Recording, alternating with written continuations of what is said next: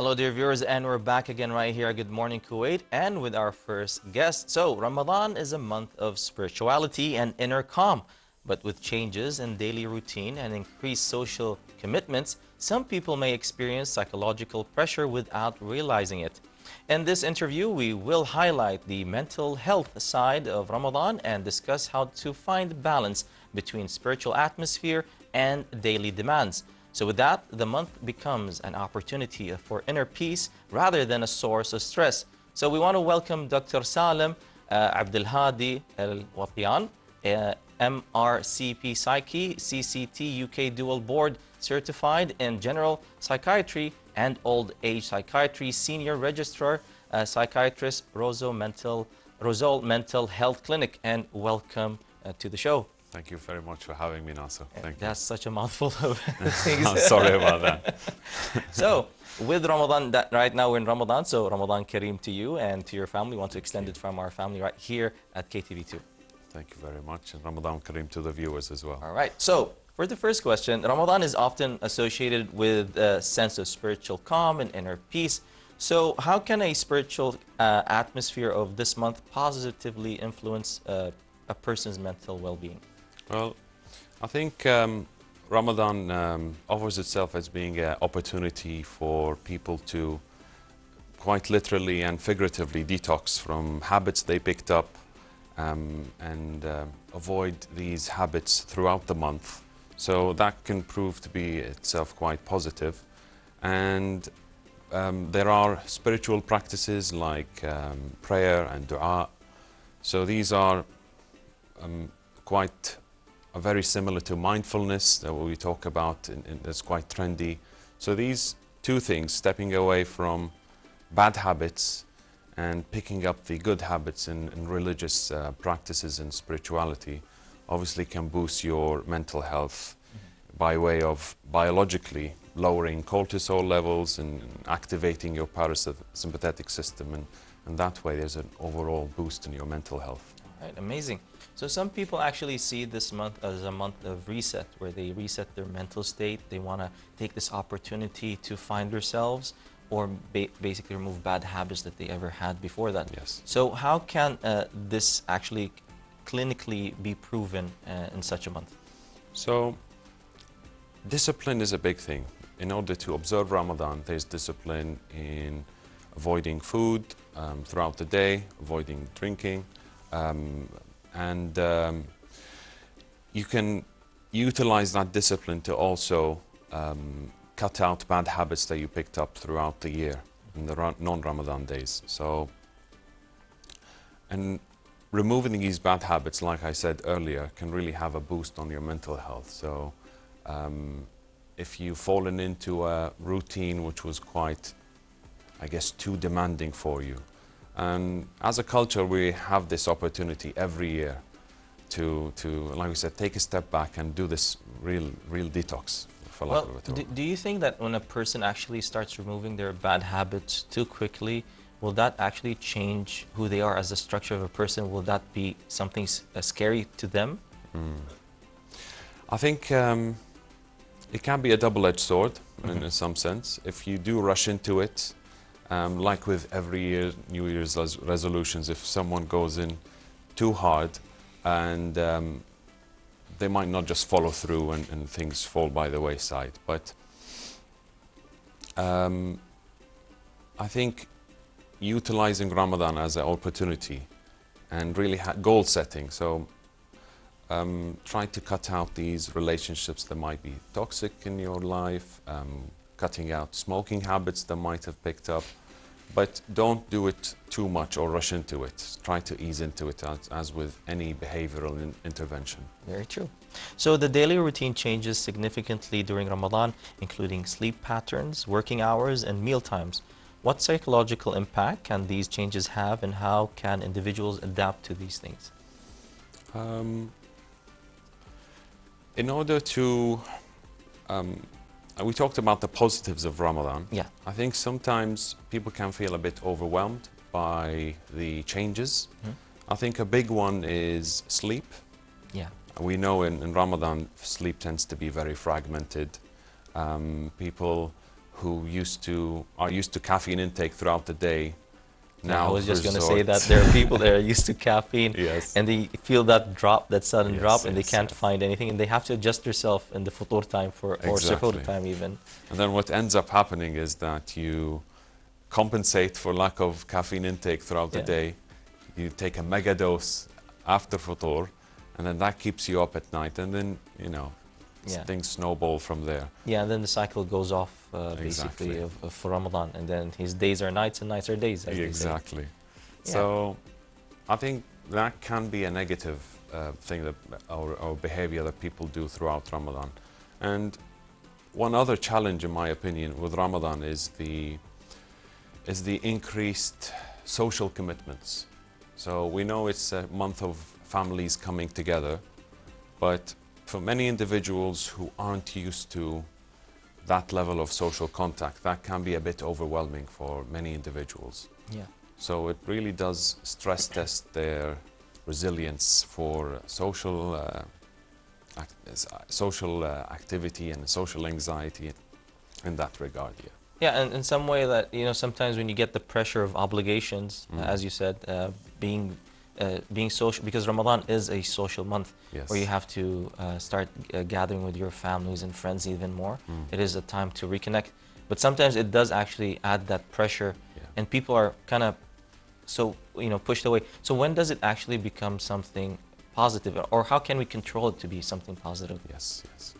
So it's one of the positives of observing Ramadan and participating in the Ramadan. It's the social coming together, relinking with family members you haven't seen in a while, but it is sort of a sprint in the beginning. You try to see everyone in the first couple of days, and that can feel a bit overwhelming.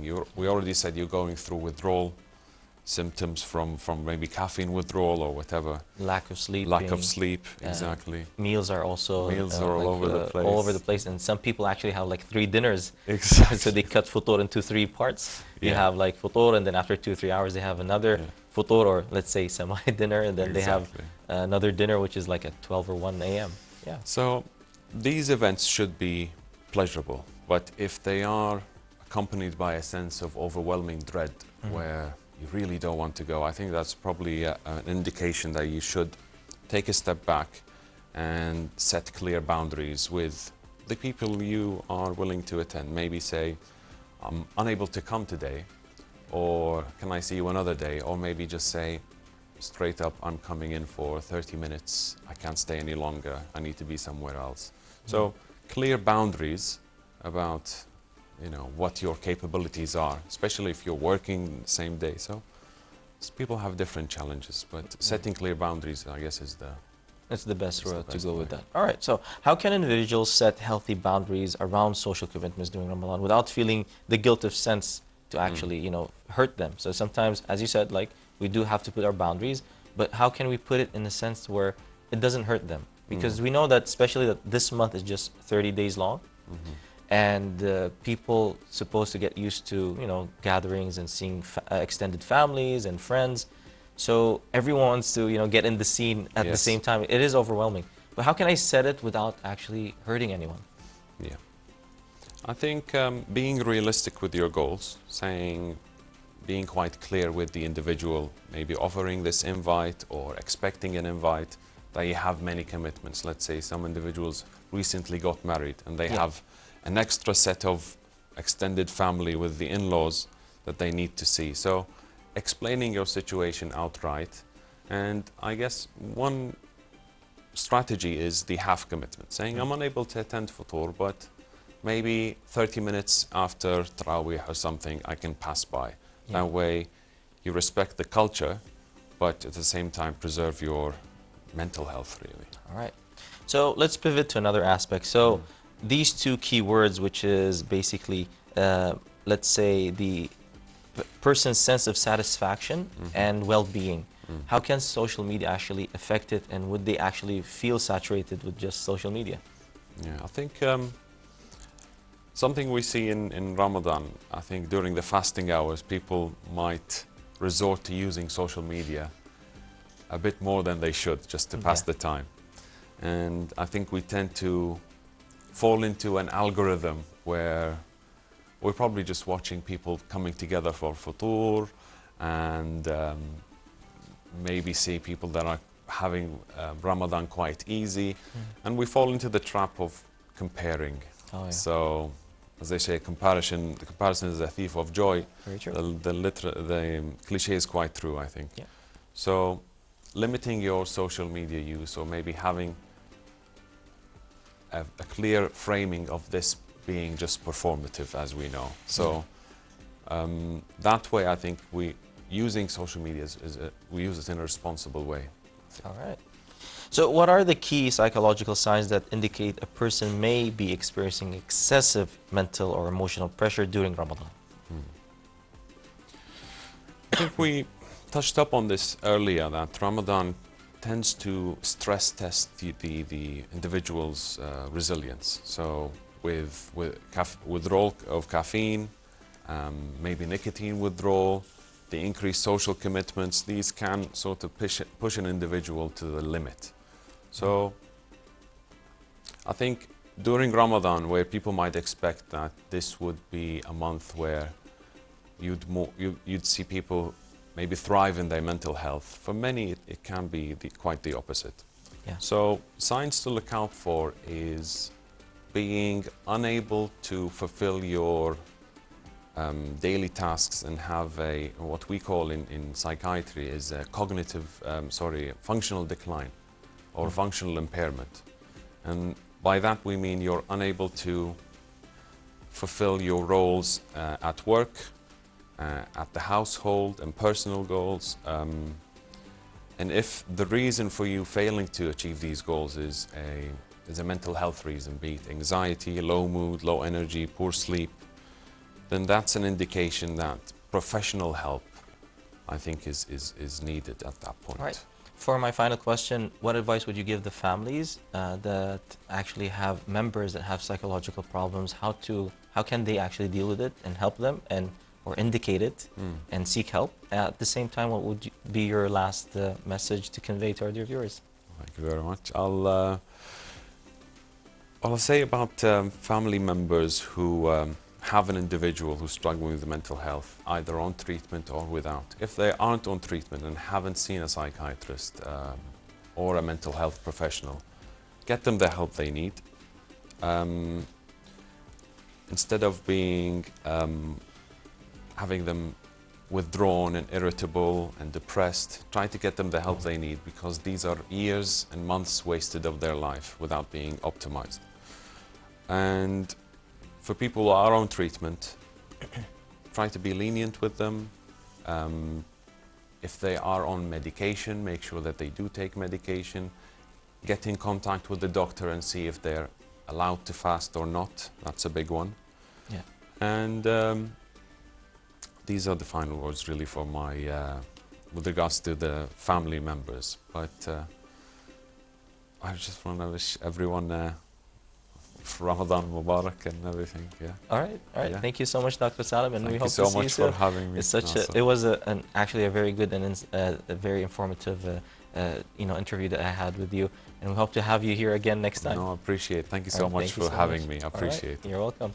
So all thanks to Dr. Salem Alwatian, MRCP Psyche, CCT UK Dual Board Certified in a General Psychiatry and Old Age Psychiatry Senior Registrar, Psychiatrist at Rasool Mental Health Clinic.